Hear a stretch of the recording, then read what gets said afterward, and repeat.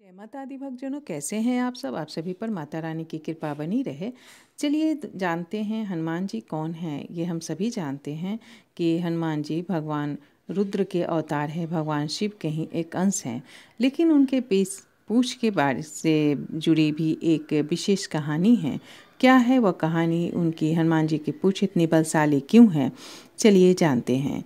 एक बार पार्वती जी ने रावण के विषय में शंकर जी से कहा कि भगवान अपने इस भक्त को कैलाश आने से रोक दीजिए, वरना किसी दिन मैं इसे अग्नि में भस्म कर दूंगी।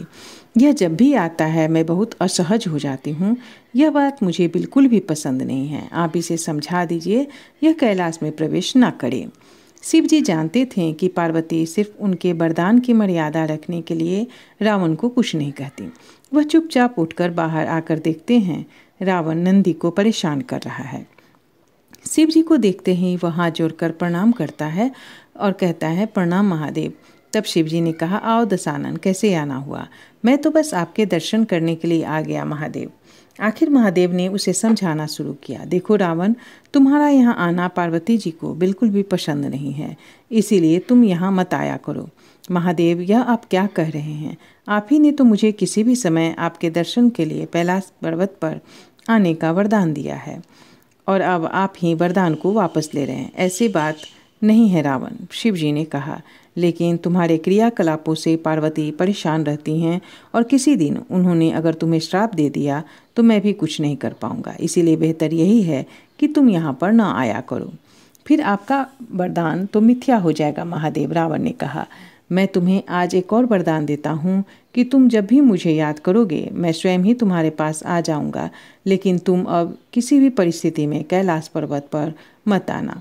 भगवान शिव ने रावण से कहा, अब तुम यहाँ से जाओ, पार्वती तुमसे बहुत रुष्ट हैं। और ऐसा कहने के बाद रावण वहाँ से चला जाता है। समय बदलता है। हनुमान जी रावण की स्वर्ण नगरी लंका को जलाकर राख करके चले जाते हैं और रावण उनका कुछ नहीं कर पाता है। वह सोचते सोचते परेशान हो जाता है कि आखिर उस हनुमान में इतनी शक्ति आई कहाँ से।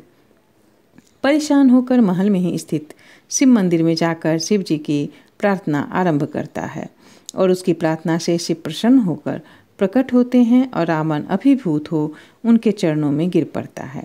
फिर शिव जी ने पूछा, कहो दशानन, कैसे हो। तब रावण ने कहा कि हे प्रभु, आप तो अंतर्यामी हैं, आप सब कुछ जानते हैं। एक अकेले बंदर ने मेरी लंका को और मेरे दर्प को जलाकर राख कर दिया। मैं जानना चाहता हूँ कि यह बंदर जिसका नाम हनुमान है आखिर कौन है। और प्रभु, इसकी पूंछ तो और भी ज़्यादा शक्तिशाली थी। किस तरह सहजता से मेरी पूरी लंका को जला दिया। मुझे बताइए कि यह हनुमान कौन है।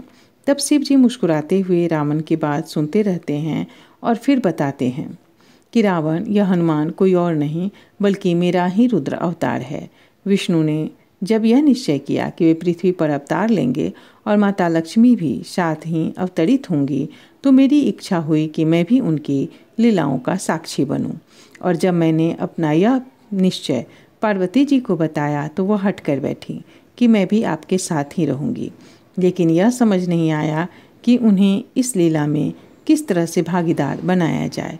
तब सभी देवताओं ने मिलकर मुझे यह मार्ग बताया कि आप तो बंदर बन जाइए और शक्ति स्वरूपा पार्वती देवी आपकी पुक्ष के रूप में आपके साथ रहें, तभी आप दोनों साथ रह सकते हैं।